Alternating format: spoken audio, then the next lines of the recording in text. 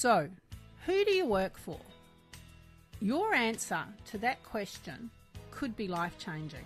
If you answer that question by putting in the name of the company you work for, you're already off course. You need a change in thinking, because the reality is that you work for yourself.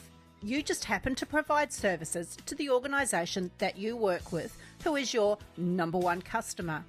If you thought of or wrote down the name of your employer as the person you work for, then cross it out and instead write in your name incorporated. It is time to start thinking of yourself as a business owner, accountable for your own business success. Think about it. What does a business do? Well, it sells goods and services to customers. What do you do day in, day out? You sell your services to a customer.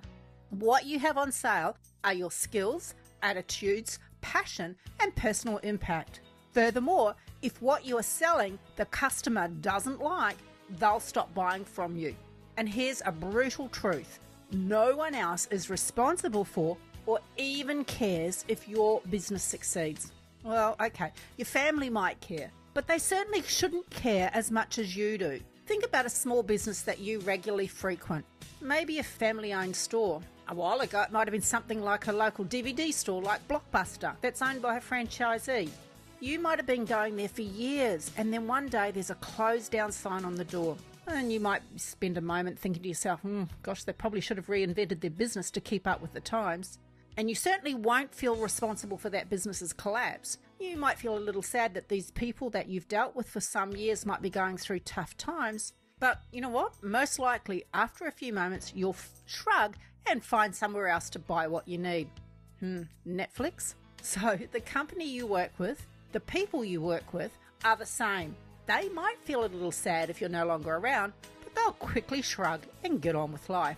So this is your first high-performance mindset shift. I am in business for myself, and nobody cares about nor is responsible for the success of my business. So here's what holds people back from higher income, greater success, and fulfillment. Most people who see themselves as employees have a deeply buried belief that the company they work for holds the keys to their career and job satisfaction, to their financial and emotional success. And that is a flawed mindset. And please don't think that you're immune to this type of mindset. I've worked with CEOs and senior business leaders who at some level hold the belief that the company owes them. When you make the decision that you are a business owner who happens to have one major customer, you approach your life and your work with a completely different perspective. I mean, could you imagine a successful business like McDonald's thinking, the customer is responsible for making sure they make a profit? The customer is responsible for ensuring their workforce feels happy and engaged each day? The customer should be grateful for the service and product they provide and that they've actually opened up their doors for business? That the customer should make sure their employees have the skills and mindset to deliver the service they promised? You know what? Yet, with an employee mindset, most people go to work feeling that way. They, meaning the company, need to keep me happy. They should pay me well. They must make sure I feel engaged. They should be okay with whatever I do each day, even if it is subpar, and it's because I've turned up for work or because I'm under pressure. And they should provide me with training and development so I have the skills they need. You know what? That type of thinking just doesn't cut it today. Like all businesses, the landscape of what your customer wants is relentlessly changing.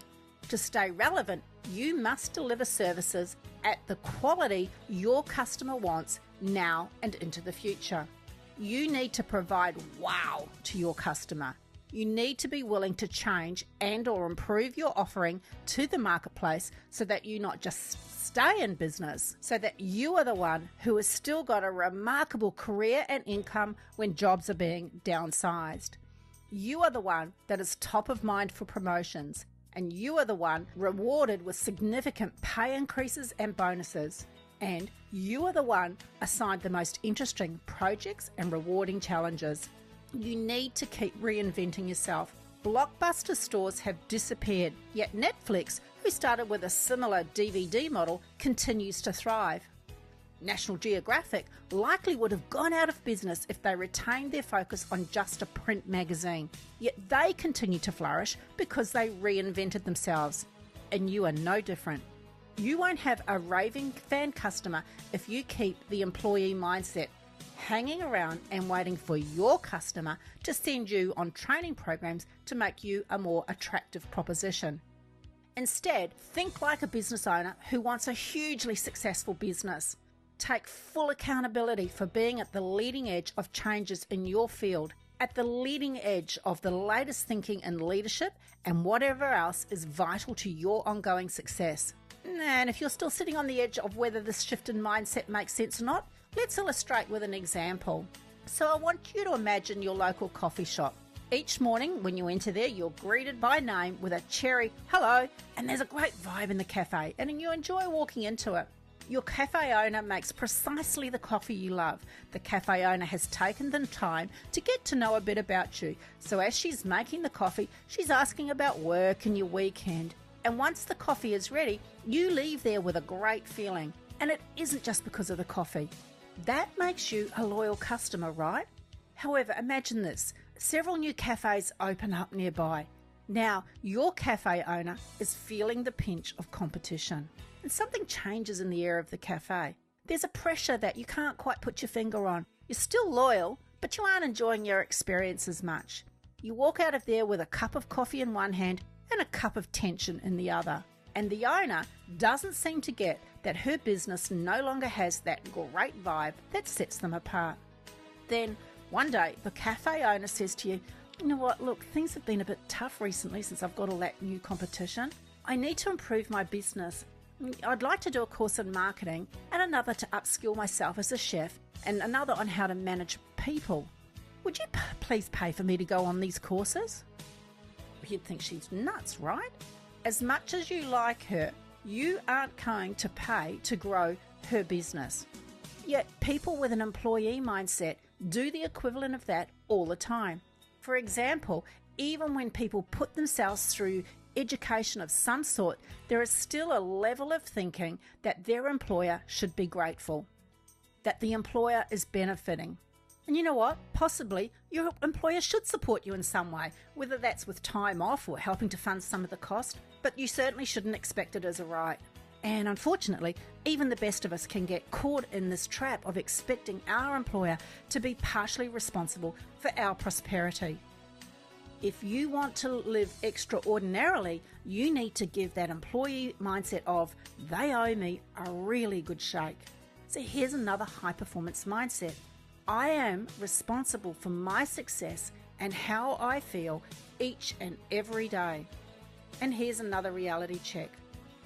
Whatever your tax return showed you earned last year from the organisation you work with is what the marketplace was willing to pay for your current skill set, mindset, and capability.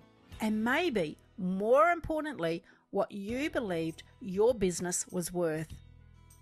So how do you set yourself up to have greater success? How do you make sure that you're a business in demand, not one with the equivalent of a closing down sign on the door?